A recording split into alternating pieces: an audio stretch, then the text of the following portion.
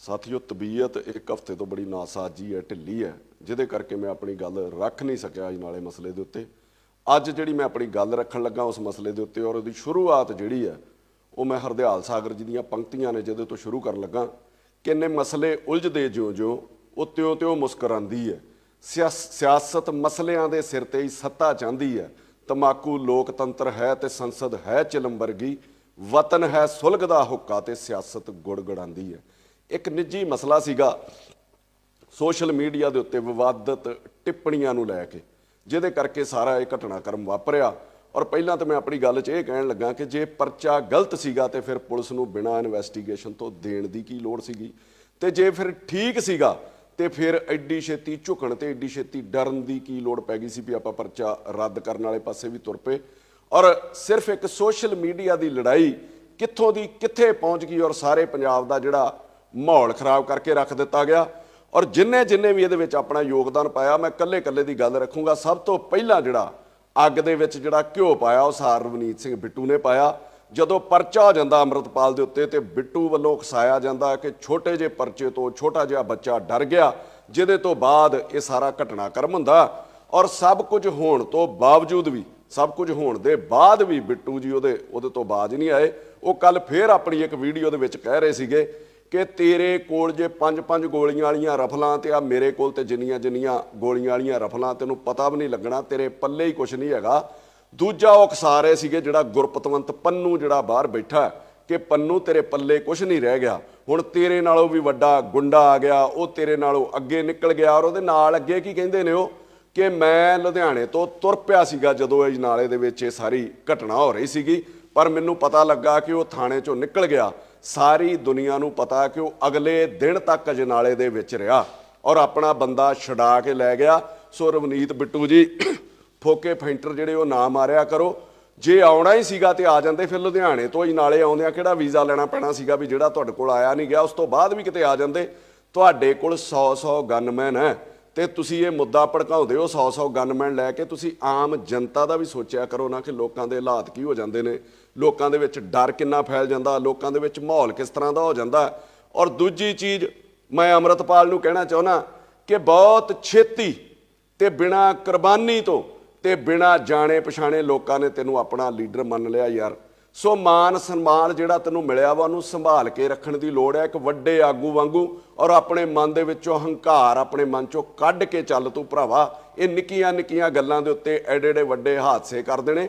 ਸਿੱਖ ਦਾ ਦਿਲ ਜਿਹੜਾ ਉਹ ਵੱਡਾ ਹੋਣਾ ਚਾਹੀਦਾ ਵਾ, ਛੋਟੀਆਂ ਗੱਲਾਂ ਤੋਂ ਉੱਪਰ ਜਿਹੜਾ ਉੱਠ ਕੇ ਉਹ ਚੱਲਣਾ ਚਾਹੀਦਾ ਵਾ।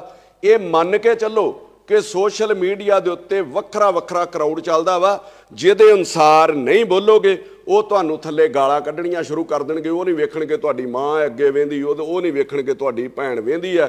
ਉਹਨਾਂ ਦਾ ਇਸ ਚੀਜ਼ ਨਾਲ ਕੋਈ ਲੈਣਾ ਦੇਣਾ ਨਹੀਂ ਹੁੰਦਾ। ਉਹਨਾਂ ਨੂੰ ਤਾਂ ਇਹ ਲੱਗਦਾ ਵੀ ਜੋ ਬੋਲਣਾ ਸਾਡੇ ਅਨੁਸਾਰ ਹੀ ਬੋਲਿਆ ਜਾਵੇ। ਔਰ ਦੂਜੀ ਚੀਜ਼ ਇਹ ਵੀ ਤੁਹਾਨੂੰ ਮੰਨਣਾ ਪਊਗਾ ਕਿ ਜੇ ਤੁਹਾਨੂੰ ਆਪਣੀ ਗੱਲ ਰੱਖਣ ਦਾ ਅਧਿਕਾਰ ਹੈ, ਤੁਸੀਂ ਬਾਰ-ਬਾਰ ਡੈਮੋਕ੍ਰੇਸੀ ਦਾ ਹਵਾਲਾ ਦਿੰਦੇ ਹੋ, ਫਿਰ ਆਪਣੀ ਗੱਲ ਰੱਖਣ ਦਾ ਸਾਰਿਆਂ ਨੂੰ ਅਧਿਕਾਰ ਹੈ, ਪਰ ਸੱਭਿਅਕ ਤੌਰ ਦੇ ਉੱਤੇ ਕਿ ਚੰਗੀ ਭਾਸ਼ਾ ਦੇ ਵਿੱਚ। ਦੂਜੀ ਚੀਜ਼ ਮੈਂ ਤੁਹਾਨੂੰ ਕਹਿਣਾ ਚਾਹੁੰਦਾ ਅੰਮ੍ਰਿਤਪਾਲ ਕਿ ਮੈਂ ਤੇਰੇ ਜਿੱਡਾ ਲੀਡਰ ਤਾਂ ਨਹੀਂ ਮੰਨਦਾ ਭਰਾਵਾ ਆਪਣੇ ਆਪ ਨੂੰ। ਪਰਚੇ ਮੇਰੇ ਤੇ ਵੀ ਹੋਏ 7-8, ਕੁਝ ਝੂਠੇ ਵੀ ਹੋਣਗੇ, ਕੁਝ ਸੱਚੇ ਵੀ ਹੋਣਗੇ, ਪਰ ਮੈਂ ਆਪਣੇ ਨਿੱਜੀ ਫਾਇਦੇ ਲਈ ਨਾ ਤੇ ਕਦੀ ਲੋਕਾਂ ਨੂੰ ਵਰਤਿਆ ਤੇ ਨਾ ਕਦੀ ਧਰਮ ਦਾ ਸਹਾਰਾ ਲਿਆ। ਹਾਂ, ਮੈਂ ਮੰਦਰ ਵੀ ਗਿਆ ਪਰਚਿਆਂ ਲਈ, ਮੈਂ ਗੁਰਦੁਆਰੇ ਵੀ ਗਿਆ, ਮੈਂ ਮਸੀਤੇ ਵੀ ਜਾਂਦਾ ਰਿਹਾ, ਔਰ ਬਹੁਤ ਦੂਰ ਤੱਕ ਮੈਂ ਹਵਨ ਵੀ ਕਰਾ ਕੇ ਆਉਂਦਾ ਰਿਹਾ ਵਾਂ। ਆਪ ਚੱਲ ਕੇ ਗਿਆ ਗੁਰੂ ਮਹਾਰਾਜ ਦੇ ਦਰ ਦੇ ਉੱਤੇ, ਨਾ ਕਿ ਰੱਬ ਨੂੰ ਨਾਲ ਚੁੱਕ ਕੇ ਤੁਰਿਆ ਫਿਰਦਾ ਰਿਹਾ। ਫਿਰ ਰੱਬ ਨੇ ਮੈਨੂੰ ਕੱਢਿਆ ਵੀ ਉਹਨਾਂ ਪਰਚਿਆਂ ਦੇ ਵਿੱਚੋਂ, ਉਹਨਾਂ ਮੁਸੀਬਤਾਂ ਦੇ ਵਿੱਚੋਂ। ਦੂਜੀ ਚੀਜ਼, ਇੱਕ ਪਾਸੇ ਤੁਸੀਂ ਕਹਿ ਰਹੇ ਹੋ ਕਿ ਪਰਚਾ ਸਾਡੇ ਉੱਤੇ ਗਲਤ ਹੋਇਆ, ਔਰ ਦੂਜੇ ਪਾਸੇ ਤੁਹਾਡੇ 'ਚ ਹੰਕਾਰ ਕਿੰਨਾ ਬੋਲਦਾ, ਜਿਹਦੇ 'ਚ ਤੁਸੀਂ ਆਪ ਹੀ ਮੰਨ ਰਹੇ ਹੋ। ਤੁਸੀਂ ਦੂਜੇ ਪਾਸੇ ਇਹ ਕਹਿ ਰਹੇ ਹੋ ਕਿ ਜਿਹੜਾ ਸਾਡੇ ਖਿਲਾਫ ਬੋਲੂਗਾ ਅਸੀਂ ਉਹਨੂੰ ਛੱਡਣਾ ਨਹੀਂ। ਫਿਰ ਇਹਨੂੰ ਕਿਵੇਂ ਛੱਡ ਦਿੱਤਾ? ਫਿਰ ਇਹ ਪਰਚਾ ਤੇ ਕੋਈ ਸੱਚਾ ਹੀ ਹੋਇਆ ਹੋਊਗਾ ਨਾ। ਚਲੋ ਇਹ ਪੁਲਿਸ ਦੀ ਇਨਵੈਸਟੀਗੇਸ਼ਨ 'ਚ ਆ ਜਾਊਗਾ, ਪਤਾ ਨਹੀਂ ਪੁਲਿਸ ਦਬਾਅ 'ਚ ਕੈਂਸਲ ਕਰਦੀ ਆ ਜਾਂ ਕੀ ਕਰਦੀ ਆ। ਦੂਜੀ ਗੱਲ, ਤੁਸੀਂ ਕੌਮ ਦੇ ਆਗੂ ਬਣੇ ਸੀਗੇ, 30 ਸਾਲ ਤੋਂ ਜਿਹੜੇ ਬੰਦੀ ਸਿੰਘ ਬੰਦ ਆ ਉਹਨਾਂ ਦੀ ਰਿਹਾਈ ਜ਼ਿਆਦਾ ਜ਼ਰੂਰੀ ਸੀ ਮਾਰਚ ਕੱਢ ਕੇ, ਕਿ ਜਿਹੜਾ ਬੰਦਾ 3 ਦਿਨ ਤੋਂ ਮਹਿਜ 3 ਦਿਨ ਤੋਂ ਜੇਲ੍ਹ ਦੇ ਵਿੱਚ ਬੰਦ ਸੀਗਾ ਉਹਦੀ ਰਿਹਾਈ ਜਿਹੜੀ ਜ਼ਿਆਦਾ ਜ਼ਰੂਰੀ ਸੀ। ਤੁਸੀਂ ਜੇ ਸੱਚ 'ਚ ਕੌਮ ਦੇ ਆਗੂ ਹੋ ਤੇ ਫਿਰ ਬਹੁਤ ਸਾਰੇ ਮੁੱਦੇ ਨੇ ਕੌਮ ਕੋਲ। ਬੇਅਦਬੀ 328 ਸਰੂਪ, ਪਾਣੀਆਂ ਦਾ ਮੁੱਦਾ, ਚੰਡੀਗੜ੍ਹ ਦਾ ਮੁੱਦਾ, SGPC ਨੂੰ ਰਿਹਾ ਕਰਾਉਣ ਦਾ ਮੁੱਦਾ, ਬਾਣੀ ਨੂੰ ਰਿਹਾ ਕਰਾਉਣ ਦਾ ਮੁੱਦਾ, ਇਹਨਾਂ ਸਭ ਲਈ ਤੁਸੀਂ ਲੜਦੇ ਤੇ ਕੌਮ ਤੁਹਾਨੂੰ ਜਿਹੜਾ ਉਹ ਪ੍ਰਵਾਨਿਤ ਲੀਡਰ ਵੀ ਗਿਣਦੀ। ਆਪਣੇ ਨਿੱਜੀ ਮਫਾਦਾਂ ਲਈ ਤੇ ਲੜਨਾ ਹੀ ਨਹੀਂ ਚਾਹੀਦਾ। ਫਿਰ ਆਪਾਂ ਸਾਰੇ ਸਿੱਖਾਂ ਨੂੰ, ਮੈਂ ਕੱਲੀ ਗੱਲ ਤੇਰੇ ਨਾਲ ਵੀ ਕਰਨ ਲੱਗਾ ਭਰਾਵਾ, ਫਿਰ ਆਪਾਂ ਸਾਰੇ ਸਿੱਖਾਂ ਨੂੰ ਕਿਹਾ ਕਿ ਆਪਣੇ ਕੋਲ ਹਥਿਆਰ ਰੱਖੋ।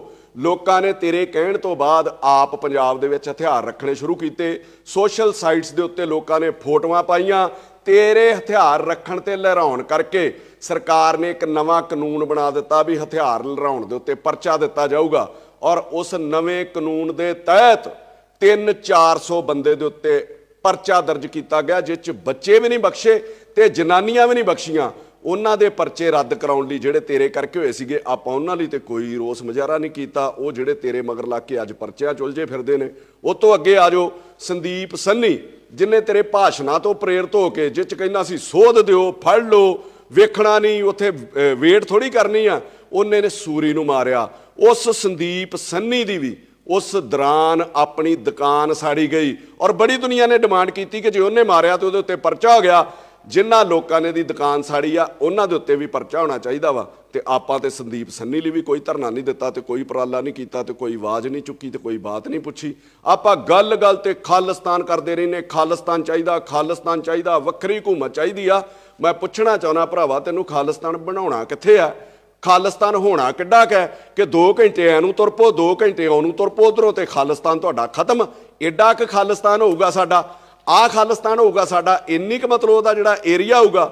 ਅੰਮ੍ਰਿਤ ਸੰਚਾਰ ਤੁਸੀਂ ਕਰਾਉਂਦੇ ਹੋ ਵਧੀਆ, ਨਸ਼ਾ ਛਡਾਓ ਤੁਸੀਂ ਮੁਹਿੰਮ ਚਲਾਈ ਹੋ ਵਧੀਆ। ਪਤਾ ਨਹੀਂ ਕਿੰਨੇ ਕੁ ਲੋਕਾਂ ਨੇ ਤੁਹਾਡੀ ਮੁਹਿੰਮ ਤੋਂ ਨਸ਼ਾ ਛੱਡਣਾ ਤੇ ਕਿੰਨਿਆਂ ਨੇ ਅੰਮ੍ਰਿਤ ਛਕ ਕੇ ਜਿਹੜਾ ਉਹ ਨਿਭਾਉਣਾ ਵਾ, ਇਹ ਸਮਾਂ ਦੱਸੂਗਾ। ਮੈਂ ਇਹਦੇ ਉੱਤੇ ਕਿੰਤੂ ਪਰੰਤੂ ਨਹੀਂ ਕਰਦਾ। ਆਪਾਂ ਗੱਲ ਦੇ ਉੱਤੇ ਆਪਾਂ ਚੀਜ਼ਾਂ ਦਾ ਨਿਤਾਰਾ ਤੇ ਕਰੀਏ, ਉਹਦੇ ਰਿਜ਼ਲਟ ਕੀ ਆ ਰਹੇ ਨੇ ਯਾਰ। ਆਪਾਂ ਅਮਿਤ ਸ਼ਾਹ ਨੂੰ, ਮੋਦੀ ਨੂੰ ਗਾਲਾਂ ਕੱਢੀ ਜਾਂਦੇ ਆ ਸਿਰਫ ਇਹ ਸਾਬਤ ਕਰਨ ਲਈ ਕਿ ਮੈਂ ਏਜੰਸੀਆਂ ਦਾ ਤੇ ਕੇਂਦਰ ਦਾ ਬੰਦਾ ਨਹੀਂ ਹੈਗਾ। ਮੈਂ ਤੈਨੂੰ ਇਹ ਕਹਿਣਾ ਚਾਹੁੰਦਾ ਵੀ ਇਹਨਾਂ ਗਾਲਾਂ ਦਾ ਗੁੱਸਾ ਉਹ ਪੰਜਾਬ ਦੇ ਉੱਤੇ ਕੱਢਦੇ ਨੇ। ਦੂਜੀ ਚੀਜ਼, ਮੈਂ ਨਹੀਂ ਤੈਨੂੰ ਕਹਿੰਦਾ ਕਿ ਤੂੰ ਏਜੰਸੀਆਂ ਦਾ ਬੰਦਾ ਵਾ, ਪਰ ਮੈਂ ਤੈਨੂੰ ਇੱਕ ਗੱਲ ਜ਼ਰੂਰ ਕਹਿਣੀ ਚਾਹੁੰਦਾ, ਇੰਨੀ ਕੁ ਮੇਰੀ ਉਮਰ ਤੇ ਇੰਨਾ ਕੁ ਮੇਰਾ ਤਜਰਬਾ ਹੋ ਗਿਆ ਵਾ ਕਿ ਏਜੰਸੀਆਂ ਜਿਹਨੂੰ ਵਰਤਣਾ ਹੁੰਦਾ ਨਾ, ਕਦੀ ਉਹਦੇ ਨਾਲ ਮੀਟਿੰਗਾਂ ਨਹੀਂ ਕਰਦੀਆਂ, ਬਲਕਿ ਉਹ ਮਾਹੌਲ ਹੀ ਇਹੋ ਜਿਹਾ ਕ੍ਰੀਏਟ ਕਰਦੀਆਂ ਔਰ ਮਾਈਂਡ ਹੀ ਬੰਦੇ ਦਾ ਇਹੋ ਜਿਹਾ ਸੈੱਟ ਕਰਦੀਆਂ ਵਾ, ਬੰਦੇ ਨੂੰ ਪਤਾ ਹੀ ਨਹੀਂ ਲੱਗਦਾ ਵੀ ਉਹ ਕਦੋਂ ਏਜੰਸੀਆਂ ਕੋਲ ਵਰਤਿਆ ਗਿਆ ਵਾ, ਕਦੋਂ ਉਹ ਏਜੰਸੀਆਂ ਦੇ ਹੱਥਾਂ ਦੇ ਵਿੱਚ ਖੇਡ ਗਿਆ ਵਾ। ਮੈਂ ਤੈਨੂੰ ਅਲਰਟ ਕਰਦਾ ਕਿ 2024 ਚੋਣਾਂ ਤੱਕ ਤੈਨੂੰ ਏਜੰਸੀਆਂ ਨੇ ਪੀਕ ਦੇ ਉੱਤੇ ਚੜਾਉਣਾ, ਟੀਸੀ ਦੇ ਉੱਤੇ ਖੜਨਗੇ ਔਰ ਚੋਣਾਂ ਤੋਂ ਪਹਿਲਾਂ ਤੇਰੇ ਤੇ ਕਾਰਵਾਈ ਕਰਕੇ ਨਾ, ਜਿੱਦਾਂ ਉਹਨਾਂ ਪੁਲਵਾਮਾ ਵਾਲਾ ਕਾਂਡ ਹੋਇਆ ਸੀਗਾ, ਉਹਦੇ ਸਿਰ ਤੇ ਦੇਸ਼ ਜਿੱਤ ਲਿਆ ਸੀਗਾ, ਇਸੇ ਤਰੀਕੇ ਉਹ ਪੂਰਾ ਦੇਸ਼ ਜਿੱਤਣਗੇ। ਅੰਮ੍ਰਿਤਪਾਲ ਖੁਦ ਸੋਚ, ਜਾਂ ਰੱਬ ਤੈਨੂੰ ਕਿਤੇ ਸਮੱਤ ਬਖਸ਼ੇ, ਜਿਸ ਦਿਨ 2 ਦਿਨ ਦਾ ਸਮਿਟ ਇਨਵੈਸਟਮੈਂਟ ਸੀਗਾ ਪੰਜਾਬ ਦੇ ਵਿੱਚ, ਉਹ 2 ਦਿਨ ਪੰਜਾਬ ਦੁਨੀਆ ਦੇ ਵੱਡੇ ਵਪਾਰੀ ਭਾਰਤ ਦੇ ਵਿੱਚੋਂ ਇੱਥੇ ਆਏ ਸੀਗੇ, ਜਿਨ੍ਹਾਂ ਨੇ ਪੰਜਾਬ 'ਚ ਇਨਵੈਸਟ ਕਰਨ ਦਾ ਸੋਚਣਾ ਸੀਗਾ। ਕੱਲੀ ਤੇਰੀ ਘਟਨਾ ਨਹੀਂ ਹੋਈ ਉਸ ਦਿਨ 2 ਘਟਨਾਵਾਂ ਹੋਈਆਂ ਪੰਜਾਬ ਦੇ ਵਿੱਚ, ਜਦੋਂ ਸਾਰੇ ਵਪਾਰੀ ਪੰਜਾਬ ਦੇ ਵਿੱਚ ਸੀਗਾ। ਇੱਕ ਅਜਨਾਲੇ ਵਾਲੀ ਜਿਹੜੀ ਤੂੰ ਕੀਤੀ, ਦੂਜੀ ਗਵਰਨਰ ਦੀ ਸਟੇਟਮੈਂਟ ਆਉਂਦੀ ਹੈ, ਰਿਫਿਊਜ਼ ਕਰ ਦਿੰਦਾ ਬਜਟ ਸੈਸ਼ਨ ਨੂੰ ਵੀ ਮੈਂ ਬਜਟ ਸੈਸ਼ਨ ਹੀ ਨਹੀਂ ਬੁਲਾਉਣ ਦੇਣਾ। ਕੀ ਉਹਨਾਂ ਵਪਾਰੀਆਂ ਦੇ ਮਨ ਦੇ ਉੱਤੇ ਬੀਤੀ ਹੋਊਗੀ ਤੇਰੀ ਘਟਨਾ ਦੇ ਨਾਲ, ਸਿਕਿਉਰਿਟੀ ਕਰਕੇ ਤੇ ਉਧਰ ਫਾਈਨੈਂਸ਼ੀਅਲ ਸਿਕਿਉਰਿਟੀ ਕਰਕੇ, ਆ ਉਹਨਾਂ ਦੇ ਦਿਮਾਗ 'ਚ ਬਹਿ ਗਿਆ ਹੋਊਗਾ ਤੇ ਕੀ ਸਵਾਹ ਤੇ ਖੇ ਯਾਰ ਉਹ ਪੰਜਾਬ ਦੇ ਵਿੱਚ ਪੈਸੇ ਲਾਉਣਗੇ। ਇਹਨਾਂ ਦੋਵਾਂ ਘਟਨਾਵਾਂ ਨੂੰ ਅੱਗੇ ਜਾ ਕੇ ਵੀ ਸੋਚ। ਨੈਸ਼ਨਲ ਮੀਡੀਆ ਨੇ ਜਿਸ ਤਰੀਕੇ ਦਿਖਾਇਆ ਕਿ ਥਾਣੇ ਦੇ ਉੱਤੇ ਖਾਲਿਸਤਾਨੀਆਂ ਦਾ ਕਬਜ਼ਾ, ਥਾਣੇ ਦੇ ਉੱਤੇ ਖਾਲਿਸਤਾਨੀਆਂ ਦਾ ਕਬਜ਼ਾ, ਅਜੇ ਤੱਕ ਇਹ ਨਹੀਂ ਸਮਝ ਆਈ ਵੀ ਉਹ ਕਿਹਦੇ ਕਹਿਣ ਦੇ ਉੱਤੇ ਵਿਖਾਇਆ ਗਿਆ, ਕੌਣ ਉਹਨਾਂ ਦੇ ਪਿੱਛੇ ਸੀਗਾ। ਅਜੇ ਵੀ ਆਪਾਂ ਨੂੰ ਸਮਝ ਨਹੀਂ ਆਉਂਦੀ ਵੀ ਪੰਜਾਬ ਨੂੰ ਕਿਤੇ ਨਾ ਕਿਤੇ ਖਤਮ ਕਰਨ ਦੀ ਸਾਜ਼ਿਸ਼ ਚੱਲ ਰਹੀ ਆ ਔਰ ਅਸੀਂ ਪੰਜਾਬੀ ਸਾਰੇ ਹੀ ਸਮੇਤ ਤੇਰੇ ਮਿਲ ਕੇ ਉਹਦੇ ਵਿੱਚ ਯੋਗਦਾਨ ਪਾ ਰਹੇ ਹਾਂ ਵੀ ਭਰਾਵਾ ਸਾਨੂੰ ਹੀ ਵਰਤ ਲਓ, ਅਸੀਂ ਤੁਹਾਡੇ ਆਖੇ ਪੰਜਾਬ ਤਬਾਹ ਕਰ ਦਿੰਦੇ ਹਾਂ। ਤੇ ਜਦੋਂ ਵੀ ਇੱਕ ਚੀਜ਼ ਤੇ ਹੋਰ ਧਿਆਨ ਦਿਓ ਤੁਸੀਂ ਸਾਰੇ ਹੀ ਪੰਜਾਬ ਵਾਸੀ, ਕਿ ਜਦੋਂ ਵੀ ਕੋਈ ਘਟਨਾ ਇਹੋ ਜਿਹੀ ਵੱਡੀ ਵਾਪਰਦੀ ਆ, ਜਦੋਂ ਵੀ ਕਿਤੇ ਪੰਜਾਬੀਆਂ ਨੂੰ, ਸਿੱਖਾਂ ਨੂੰ ਬਦਨਾਮ ਕਰਨ ਦੀ ਕੋਸ਼ਿਸ਼ ਕੀਤੀ ਜਾਂਦੀ ਹੈ, ਸੱਚੇ ਹੋਣ ਲਈ ਪ੍ਰਾਈਮ ਮਿਨਿਸਟਰ ਜਾਂ ਗ੍ਰਹਿ ਮੰਤਰੀ ਕਿਸੇ ਨਾ ਕਿਸੇ ਗੁਰਦੁਆਰੇ ਦੇ ਵਿੱਚ ਚਲੇ ਜਾਂਦੇ ਆਪਣਾ ਪੰਜਾਬ ਦੇ ਪ੍ਰਤੀ ਸੱਚੀ ਨਿਸ਼ਠਾ ਤੇ ਸੱਚੀ ਜਿਹੜੀ ਸ਼ਰਧਾ ਵਿਖਾਉਣ ਲਈ।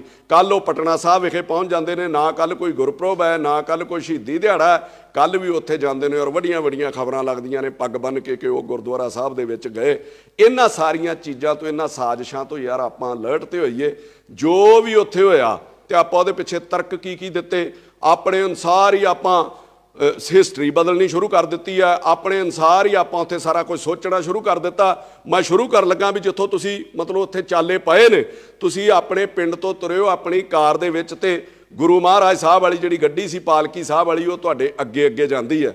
ਜਦੋਂ ਇਹ ਨਾਲੇ ਪਹੁੰਚ ਜਾਂਦੀ ਹੈ ਤੇ ਪਹਿਲਾ ਬੈਰੀਕੇਡ ਜਿਹੜਾ ਪੁਲਿਸ ਪਾਲਕੀ ਨੂੰ ਅੱਗੇ ਲੰਘਾ ਦਿੰਦੀ ਹੈ ਗੁਰੂ ਮਹਾਰਾਜ ਦੇ ਸਰੂਪ ਨੂੰ, ਤੁਸੀਂ ਪਿੱਛੇ ਪਿੱਛੇ ਤੁਰੇ ਜਾਂਦੇ ਹੋ। ਫਿਰ ਤੁਸੀਂ ਗੁਰੂ ਮਹਾਰਾਜ ਦੇ ਸਰੂਪ ਵਾਲੀ ਗੱਡੀ ਦੇ ਵਿੱਚ ਬੈਠ ਜਾਂਦੇ ਹੋ। ਉਹ ਥਾਣੇ ਦੇ ਵਿੱਚ ਪਹੁੰਚ ਜਾਂਦੀ ਹੈ, ਜਿੱਥੇ ਜਾ ਕੇ ਤੁਸੀਂ ਆਪ ਕੁਰਸੀ ਤੇ ਬੈਠ ਗਏ ਤੇ ਕਈ ਲੋਕ ਜਿਹੜੇ ਉਹ ਕੋਠਿਆਂ ਦੇ ਉੱਤੇ ਚੜ੍ਹ ਗਏ। ਫਿਰ ਅੰਦਰ ਜਾ ਕੇ ਤੁਹਾਡੇ ਆਪਣੇ ਬਣਾਏ ਅਸੂਲ ਹੀ ਤੁਹਾਡੇ ਉੱਤੇ ਲਾਗੂ ਨਹੀਂ ਹੁੰਦੇ ਯਾਰ। ਆਪਾਂ ਸਾਰੇ ਗੁਰਦੁਆਰਿਆਂ ਦੇ ਵਿੱਚ ਪੰਜਾਬ ਦੇ ਕੁਰਸੀਆਂ ਮੇਜ਼ ਜਿਹੜੇ ਬਜ਼ੁਰਗਾਂ ਲਈ ਰੱਖੇ ਸੀਗੇ ਉਹ ਚੁਕਾ ਦਿੱਤੇ, ਕਈ ਸਾੜ ਦਿੱਤੇ ਗਏ। ਜਿਹੜੇ ਲੋਹੇ ਨਾਲ ਬਣੇ ਸੀ ਤੁਸੀਂ ਉਹਨਾਂ ਬਾਰੇ ਕਿਹਾ ਵੀ ਇਹਨਾਂ ਨੂੰ ਸਾੜ ਦਿਓ, ਇਹ ਜਿਹੜਾ ਲੋਹਾ ਇਹ ਢਾਲ ਕੇ ਦੁਬਾਰਾ ਬਣਨਾ ਚਾਹੀਦਾ, ਕਿਉਂਕਿ ਇਹ ਗੁਰੂ ਮਹਾਰਾਜ ਦੀ ਹਜ਼ੂਰੀ ਦੇ ਵਿੱਚ ਕੁਰਸੀਆਂ ਲੱਗੀਆਂ ਸੀਗੀਆਂ। ਆਹ ਤੁਸੀਂ ਬਣਾ ਦਿੱਤਾ ਵੀ ਕੋਈ ਮੇਜ਼ ਕੁਰਸੀ ਨਹੀਂ ਲੱਗਣਾ ਚਾਹੀਦਾ, ਤੇ ਆਪ ਤੁਸੀਂ ਥਾਣੇ ਦੇ ਵਿੱਚ ਗੁਰੂ ਮਹਾਰਾਜ ਦਾ ਸਰੂਪ ਬਾਹਰ ਹੈ ਤੇ ਕੁਰਸੀ ਦੇ ਉੱਤੇ ਬੈਠ ਜਾਂਦੇ ਹੋ ਕਿ ਤੁਹਾਡੇ ਅਸੂਲ ਵੀ ਤੁਹਾਡੇ ਉੱਤੇ ਕੋਈ ਲਾਗੂ ਨਹੀਂ ਹੁੰਦੇ। ਫਿਰ ਤੁਸੀਂ ਕੀ ਕਹਿੰਦੇ ਹੋ, ਥਾਣਾ ਕੋਈ ਮਾੜੀ ਜਗ੍ਹਾ ਨਹੀਂ ਜਿੱਥੇ ਕੋ ਗੁਰੂ ਮਹਾਰਾਜ ਦਾ ਸਰੂਪ ਅਸੀਂ ਲੈ ਗਏ ਹਾਂ। ਮੈਂ ਤੁਹਾਨੂੰ ਕਹਿਣਾ ਚਾਹੁੰਦਾ ਕਿ ਥਾਣਾ ਕੋਈ ਮਾੜੀ ਜਗ੍ਹਾ ਨਹੀਂ। ਜਦੋਂ ਥਾਣਿਆਂ 'ਚ ਵੀ ਪਾਠ ਕਰਾਉਂਦੇ ਨੇ ਤੇ ਬੜੀ ਸਾਫ਼ ਸਫਾਈ ਕੀਤੀ ਜਾਂਦੀ ਹੈ, ਕਿਉਂਕਿ ਥਾਣਿਆਂ ਦੇ ਵਿੱਚ ਲਾਹਨ ਫੜੀ ਹੁੰਦੀ ਹੈ, ਥਾਣਿਆਂ ਦੇ ਵਿੱਚ ਭੁੱਕੀ ਫੜੀ ਹੁੰਦੀ ਹੈ, ਥਾਣਿਆਂ ਦੇ ਵਿੱਚ ਫੀਮ ਪਈ ਹੁੰਦੀ ਹੈ। ਥਾਣੇ 'ਚ ਜਿਨ੍ਹਾਂ ਲੋਕਾਂ ਦੇ ਕਤਲ ਹੋ ਜਾਂਦੇ ਨੇ ਉਹਨਾਂ ਦੇ ਵਿਸਰੇ ਪਏ ਹੁੰਦੇ, ਜਿਹਦੇ ਵਿੱਚ ਟੱਟੀ ਪਿਸ਼ਾਬ ਤੱਕ ਲਹੂ ਉਹਨਾਂ ਦਾ ਹੁੰਦਾ ਵਾ। ਇੱਥੋਂ ਤੱਕ ਉਹ ਚੀਜ਼ਾਂ ਸਾਰੀਆਂ ਹੀ ਉੱਥੇ ਪਈਆਂ ਸੀਗੀਆਂ, ਕਿਸੇ ਨੇ ਪਾਸੇ ਕਰਨ ਦੀ ਕੋਸ਼ਿਸ਼ ਕੀਤੀ। ਦੂਜੇ ਪਾਸੇ ਆ ਜਾਓ, ਪੁਲਿਸ ਵਾਲਾ ਜੇ ਗੁਰਦੁਆਰੇ ਦੇ ਵਿੱਚ ਜੁੱਤੀ ਤੇ ਦੂਰ ਬੈਲਟ ਲਾ ਕੇ ਵੀ ਚਲੇ ਜਾਵੇ ਤੇ ਆਪਾਂ ਰੌਲਾ ਪਾ ਦਿੰਦੇ ਵੀ ਬੇਅਦਬੀ ਹੋ ਗਈ, ਬੇਅਦਬੀ ਹੋ ਗਈ, ਤੇ ਆਪਾਂ ਗੁਰਦੁਆਰਾ ਸਾਹਿਬ ਹੀ ਚੁੱਕ ਕੇ ਥਾਣੇ ਦੇ ਵਿੱਚ ਲੈ ਗਏ ਆ। ਕੀ ਤੁਸੀਂ ਇਹ ਬਿਲਕੁਲ ਮਤਲਬ ਠੀਕ ਕੀਤਾ? ਫਿਰ ਤੁਸੀਂ ਆਪਣੀ ਗਲਤੀ ਨੂੰ ਲੁਕਾਉਣ ਲਈ ਤਰਕ ਆਪਣੀ ਮਰਜ਼ੀ ਦੇ ਅਨੁਸਾਰ ਦੇ ਰਹੇ ਹੋ ਕਿ ਰਾਜੇ ਮਹਾਰਾਜੇ ਵੀ, ਫੌਜਾਂ ਵੀ ਜੰਗ ਦੇ ਅੱਗੇ ਜਿਹੜੇ ਉਹ ਗੁਰੂ ਮਹਾਰਾਜ ਦੇ ਸਰੂਪ ਲੈ ਕੇ ਜਾਂਦੀਆਂ ਸੀਗੀਆਂ। ਅੰਮ੍ਰਿਤਪਾਲ ਜੀ, ਰਾਜੇ ਮਹਾਰਾਜੇ ਜਿਹੜੇ ਗੁਰੂ ਮਹਾਰਾਜ ਦਾ ਸਰੂਪ ਖੜਦੇ ਸੀਗੇ ਫੌਜੀ ਜੰਗਾਂ ਦੇ ਵਿੱਚ, ਉਹ ਮਹਾਰਾਜ ਦਾ ਓਟ ਆਸਰਾ ਲੈਣ ਲਈ ਖੜਦੇ ਸੀ ਤੇ ਇੱਕ ਜਗ੍ਹਾ ਤੇ ਸੁਸ਼ੋਭਿਤ ਕੀਤਾ ਜਾਂਦਾ ਸੀਗਾ, ਨਾ ਕਿ ਗੁਰੂ ਮਹਾਰਾਜ ਦਾ ਸਰੂਪ ਜਿਹੜਾ ਬਾਰਡਰ ਵਾਲੀ ਤਾਰ ਦੇ ਕੰਢੇ ਲਈ ਫਿਰਦੇ ਸੀ ਜਿੱਥੇ ਗੋਲੀਆਂ ਚੱਲਦੀਆਂ ਸੀਗੀਆਂ, ਜਾਂ ਕੋਈ ਤੋਪ ਦੇ ਅੱਗੇ ਰੱਖ ਦਿੰਦੇ ਸੀ ਕਿ ਜਿੱਥੇ ਤੋਪਾਂ ਡਿੱਗਣੀਆਂ ਤੇ ਗੋਲੀਆਂ ਆਉਣੀਆਂ ਸੀਗੀਆਂ।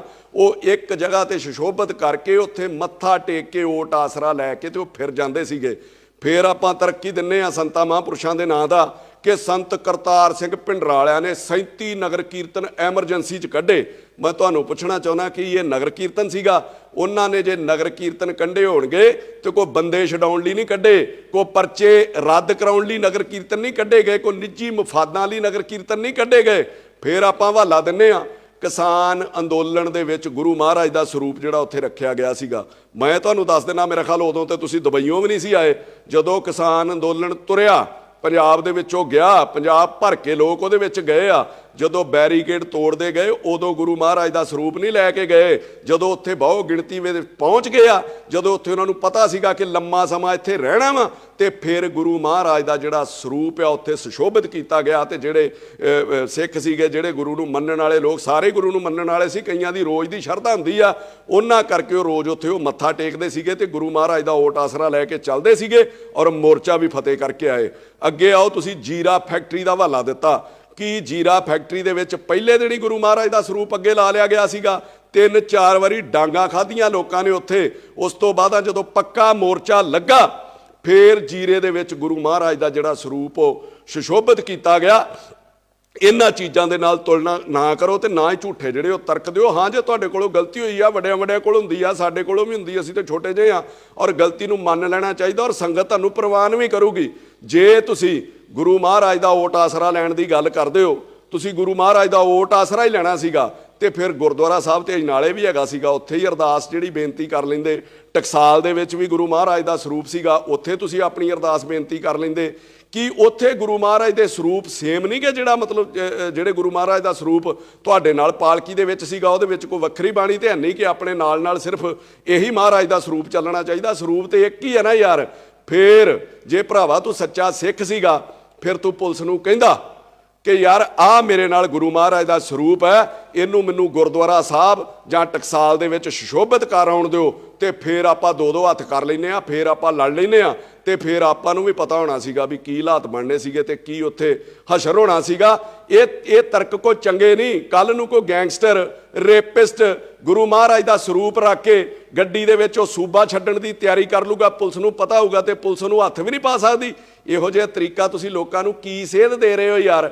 ਕੱਲ ਨੂੰ ਮੰਨ ਲਓ ਮੇਰੇ ਘਰ ਕਿਸੇ ਦੇ ਘਰ ਵੀ ਕੋਈ ਬੰਦਾ ਲੜਨ ਆ ਜਾਂਦਾ, ਕਿਸੇ ਨੂੰ ਮਾਰਨ ਆ ਜਾਂਦਾ, ਤੇ ਕਦੀ ਕੋਈ ਆਪਣੇ ਪਿਓ ਨੂੰ ਵੀ ਅੱਗੇ ਕਰਦਾ ਵੀ ਇਹ ਪਹਿਲਾਂ ਮੇਰੇ ਪਿਓ ਨੂੰ ਗੋਲੀ ਵੱਜ ਜਾਵੇ ਜਾਂ ਪਹਿਲਾਂ ਮੇਰੇ ਪਿਓ ਨੂੰ ਕੁੱਟ ਲਓ ਜਾਂ ਇਹਦੇ ਗਲ ਪੈ ਜਾਓ। ਇਹ ਗੁਰੂ ਮਹਾਰਾਜ ਦਾ ਸਤਿਕਾਰ ਨਹੀਂ ਹੈ, ਇਹ ਬਾਪ ਦਾ ਸਤਿਕਾਰ ਨਹੀਂ ਹੈ, ਇਹ ਬੁਜ਼ਦਿਲੀ ਹੁੰਦੀ ਹੈ। ਫਰਕ ਸਿਰਫ ਇਹ ਹੈ ਕਿ ਲੋਕ ਤੁਹਾਡੇ ਨਾਲ ਜਿਹੜੀ ਗੁਰੂ ਸਾਹਿਬ ਦੀ ਪਾਲਕੀ ਚੱਲਦੀ ਸੀਗੀ, ਤੁਹਾਨੂੰ ਗਲਤਫਹਿਮੀ ਹੈ ਤੈਨੂੰ ਭਰਾਵਾ, ਜਿਹੜੀ ਪਾਲਕੀ ਚੱਲਦੀ ਸੀ ਲੋਕ ਉਹਦਾ ਸਤਿਕਾਰ ਕਰ ਰਹੇ ਸੀਗੇ, ਲੋਕ ਉਹਦੇ ਅੱਗੇ ਆਪਣਾ ਜਿਹੜਾ ਸਿਰ ਨਵਾ ਰਹੇ ਸੀਗੇ। ਤੇ ਜਿਹਦੇ ਹੰਕਾਰ 'ਚ ਤੂੰ ਇਹ ਸਮਝ ਲਿਆ ਕਿ ਲੋਕ ਮੇਰੇ ਅੱਗੇ ਸਿਰ ਨਵਾ ਰਹੇ ਨੇ ਤੇ ਪੁਲਿਸ ਮੇਰੇ ਕੋਲੋਂ ਡਰ ਗਈ ਆ, ਇਹੋ ਜਿਹੀ ਕੋਈ ਡਰਨ ਵਾਲੀ ਗੱਲ ਨਹੀਂ ਹੈਗੀ। ਜਦੋਂ ਭਾਈਦਿਆਂ ਨੂੰ ਵਾਹਣ ਇੱਕੋ ਜਿਹੇ ਨੇ, ਜਦੋਂ ਤੁਸੀਂ ਕਿਸੇ ਦੇ ਥਾਣੇ ਦੇ ਉੱਤੇ ਹੀ ਪੈ ਗਏ ਤੇ ਉਹਨਾਂ ਕੋਲ ਲਿਹਾਜ਼ ਥੋੜੀ ਕਰਨਾ ਸੀਗਾ। ਫਿਰ ਹੰਕਾਰ ਆਪਣੇ ਵਿੱਚ ਕਿੰਨਾ ਕੁੱਟ-ਕੁੱਟ ਕੇ ਭਰਿਆ। ਮੈਂ ਤੁਹਾਡੀਆਂ ਕਈ ਬਾਈਟ ਸੁਣਦਾ ਪੱਤਰਕਾਰਾਂ ਨੂੰ, ਹੈਂ ਕਰਕੇ ਆਪਾਂ ਗੱਲਾਂ ਕਰਦੇ ਹਾਂ, ਮਾਈਕ ਮੇਰੇ ਦੰਦਾਂ ਤੇ ਨਾ ਮਾਰ ਦਿਓ। ਮੈਂ ਤੈਨੂੰ ਪੱਤਰਕਾਰਾਂ ਬਾਰੇ ਦੱਸਾਂ, ਤੇਰੇ ਮੇਰੇ ਵਰਗੇ ਕਈ ਆਏ ਨਾ ਹੰਢਾ ਕੇ ਉਹ ਸੁੱਟਤੇ ਤੇ ਮੁੜ ਕੇ ਉਹਨਾਂ ਦਾ ਪਤਾ ਵੀ ਨਹੀਂ ਲੱਗਦਾ।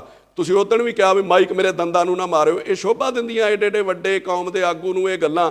ਕੱਲ ਤੁਹਾਨੂੰ ਇੱਕ ਪੱਤਰਕਾਰ ਨੇ ਪੁੱਛਿਆ ਕਿ ਪੁਲਿਸ ਵਾਲੇ ਵੀ ਜ਼ਖਮੀ ਹੋਏ ਨੇ, ਕੀ ਉਹਨਾਂ ਦਾ ਪਤਾ ਲੈਣ ਜਾਓਗੇ? ਤੇ ਹੰਕਾਰ ਆਪਣੇ ਸਿਰ ਤੇ ਚੜ੍ਹ ਕੇ ਬੋਲਦਾ ਸੀਗਾ, ਹਾਂ ਮੈਂ ਜਾਊਂਗਾ, ਟਾਈਮ ਲੱਗੂਗਾ ਮੈਨੂੰ ਪਤਾ ਕਰਨ, ਕਿਤੇ ਉਹ ਭੱਜ ਹੀ ਨਾ ਜਾਣ ਵੀ ਇੱਧਰ ਨੂੰ ਫੇਰ ਆ ਗਿਆ ਵਾ। ਆਹ ਹੰਕਾਰ ਹੈ ਯਾਰ ਤੁਹਾਡੇ ਅੱਗੇ, ਆਹ ਹੰਕਾਰ ਹੈ ਤੁਹਾਡੇ ਮਨ ਦੇ ਵਿੱਚ।